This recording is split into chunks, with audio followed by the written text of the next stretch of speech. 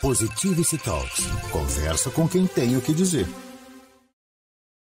Conversa com quem tem o que dizer de bom. Eba! Hoje aqui, equação. Olha ela aí. Flávia Lippe, feliz dia novo para você.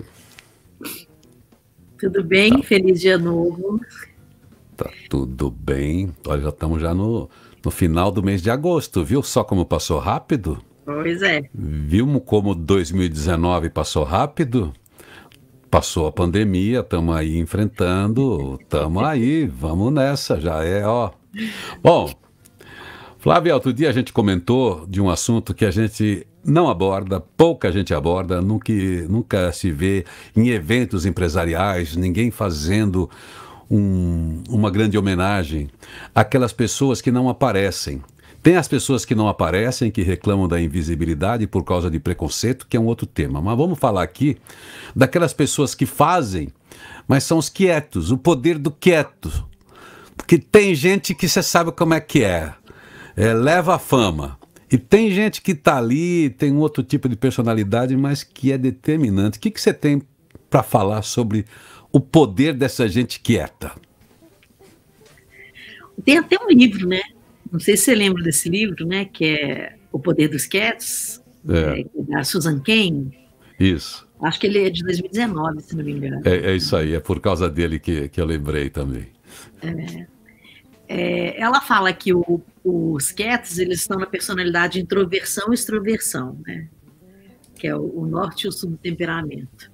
E que essa localização influencia super, assim, nas relações das amizades, dos romances, dos trabalhos, da carreira profissional, né? O modo de conversar, de resolver problema, né? E ela fala que existem muitas camadas, né, do nosso comportamento e que as pessoas perdem muito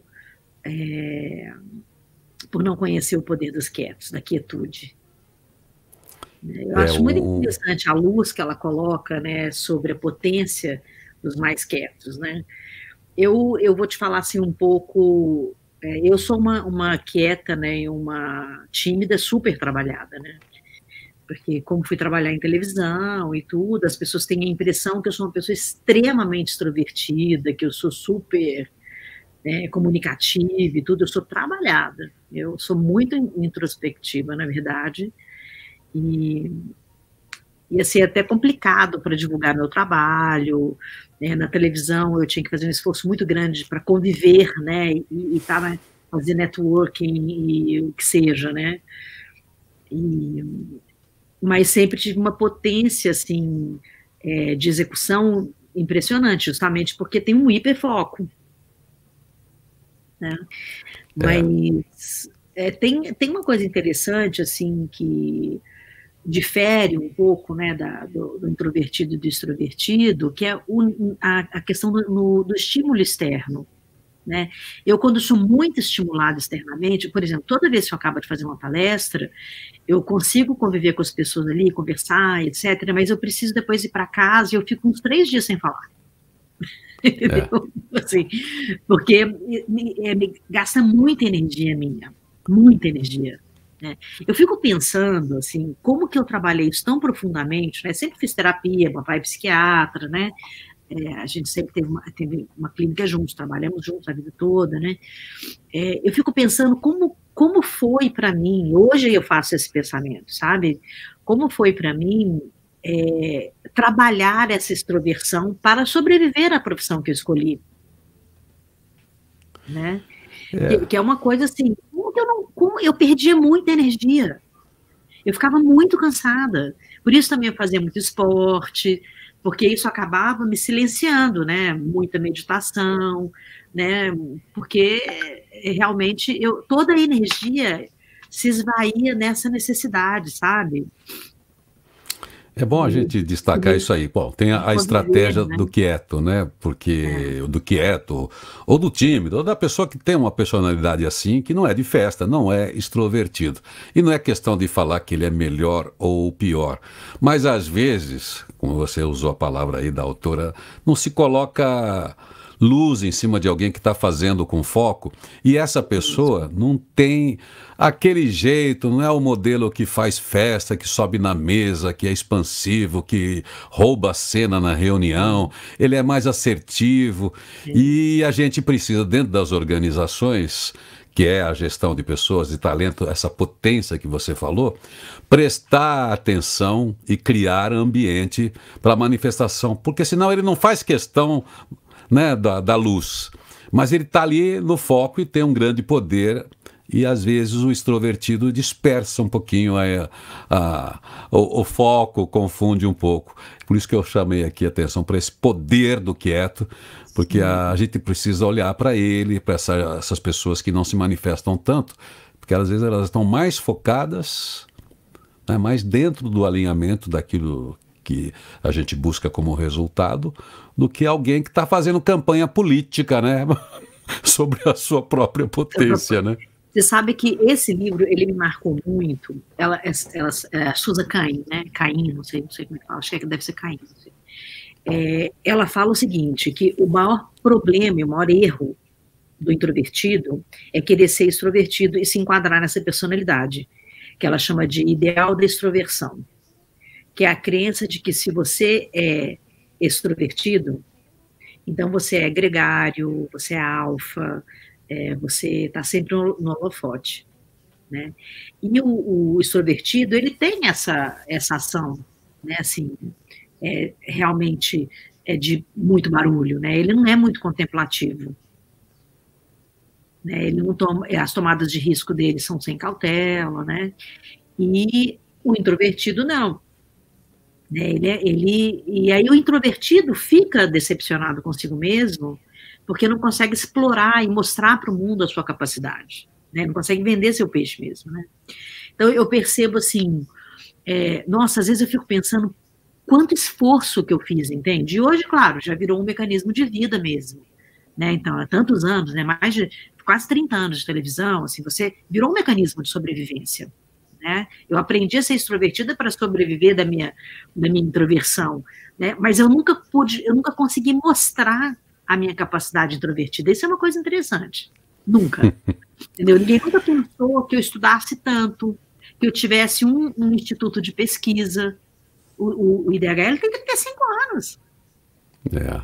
Né? Então, assim, é uma coisa muito interessante. Tem uns introvertidos, né, que as pessoas não sabem, mas, por exemplo, o Einstein, o Spielberg, Van Gogh, Chopin, Bill Gates, Gandhi, todos eram introvertidos. E eles conquistaram espaço, mas você vê que não era naquela zona, né? Não era. Eles foram reconhecidos também tardiamente. Né? O poder daquilo que fizeram, o foco que tinha, a atenção que tinha para um ambiente. A gente talvez possa sugerir para as pessoas que estão aí nos seus times, com as suas equipes, ter um ambiente de comunicação, que é algo que a gente estava tratando aquele dia, uma comunicação que combine essas potências. Ninguém está dizendo, desqualificando o extrovertido. Precisa segurá-lo, porque às vezes ele ocupa o espaço e inibe o outro. A gente exercita isso também. Olha, como é que a gente deixa um ambiente favorável para que exista essa exposição, porque senão a gente acaba perdendo uma ideia que fica mal exposta, que não teve a devida atenção, porque o introvertido ele vai acabar não insistindo, não batendo na mesa, ele vai achar que não é dele aquilo, que talvez não seja, e a gente acaba perdendo. Então a gente precisa reconhecer os introvertidos, os quietos que estão realmente ali alinhados. Os tímidos, né, que é diferente do introvertido. Tem introvertido tímido e introvertido que não é tímido. Eu sou introvertida e tímida. Né? É uma coisa interessante, assim. E aparentemente eu sou extrovertida. Mas eu chego numa festa, por exemplo, eu cumprimento as pessoas e tudo, e eu tenho um prazo, assim, eu tenho prazo. Né? Tem gente que brinca, a idade sempre tem prazo para festa, né? Se tem lugar para sentar, se faz muito barulho, eu sempre assim. Eu me lembro que eu tinha as obrigações da televisão, de eventos e tudo, eu me programava para isso. Para mim era meu trabalho. Eu não ia num evento para diversão.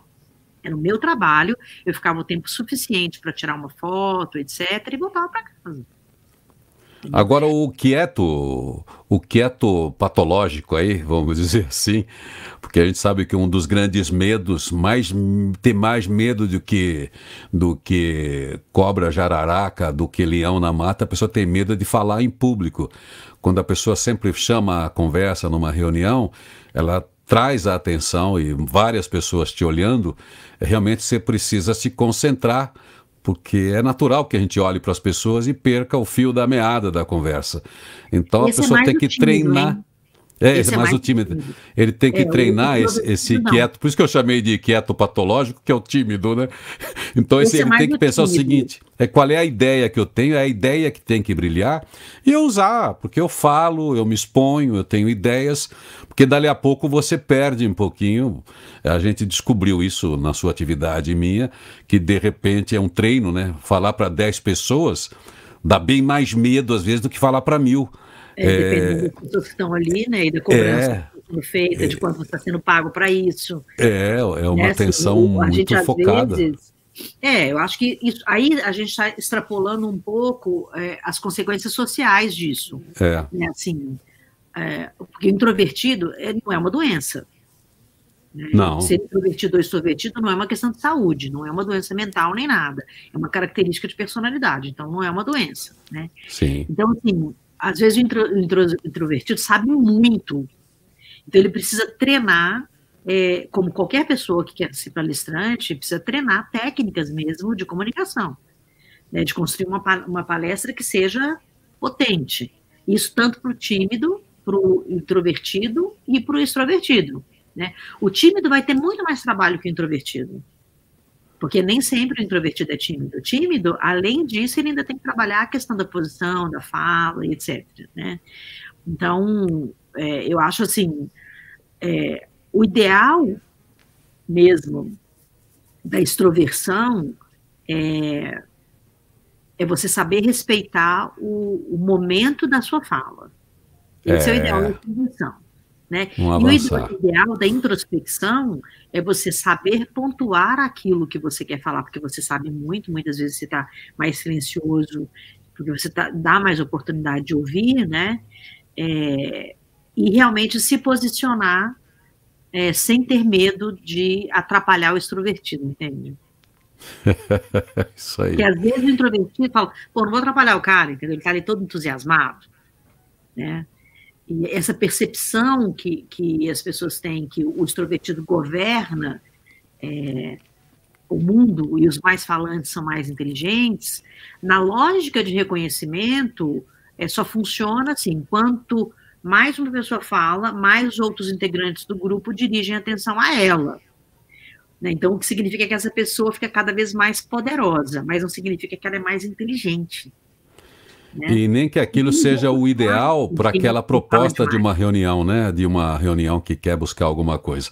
Bom, a ideia, eu acho que é essa. Existem muitas práticas aí de comunicação que favorecem esses tipos de pessoas diferentes, o introvertido e o extrovertido, para ter respeito. A gente mesmo comunga da prática da investigação apreciativa, que é colocar todo mundo no mesmo plano, onde todo mundo tem a sua história, a sua representação ali na conversa, e aí se dirige para o objetivo da reunião, onde todo mundo já se colocou e se nivelou, para que não exista esse contrapeso nocivo, digamos assim, onde a gente não explore as ideias de todo o conjunto da equipe, por causa de alguém que ocupe mais espaço. Mas, enfim, vamos olhar para aquela pessoa, trazê-la sempre, né, para as decisões, para as escolhas, não deixá-la entrar calada e sair muda de uma conversa, porque ela pode ter coisas preciosas para dizer, né? Eu acho que eu podia até citar a frase da Susan Cain, né, que é essa que desenvolveu o livro, que a gente pode até meio que encerrar com essa história dela, que eu acho que é interessante as pessoas perceberem o que ela vê como pesquisadora, né, disso. Né? Tem duas coisas que eu acho interessantes a gente guardar. Assim. A primeira, que o introspectivo, por ele ter um hiperfoco, né, ele acaba produzindo muito conteúdo interno. Né? Então, ele pode não querer falar para 200 pessoas, mas ele pode ter um blog com 2 milhões de acessos, e ele vai continuar com aquele blog na maior tranquilidade, porque ele está expressando conhecimento. né? E a outra coisa que eu acho que é interessante que ela fala dentro da pesquisa dela, que foi realizada nos Estados Unidos, né, pessoas mais criativas são socialmente mais introvertidas.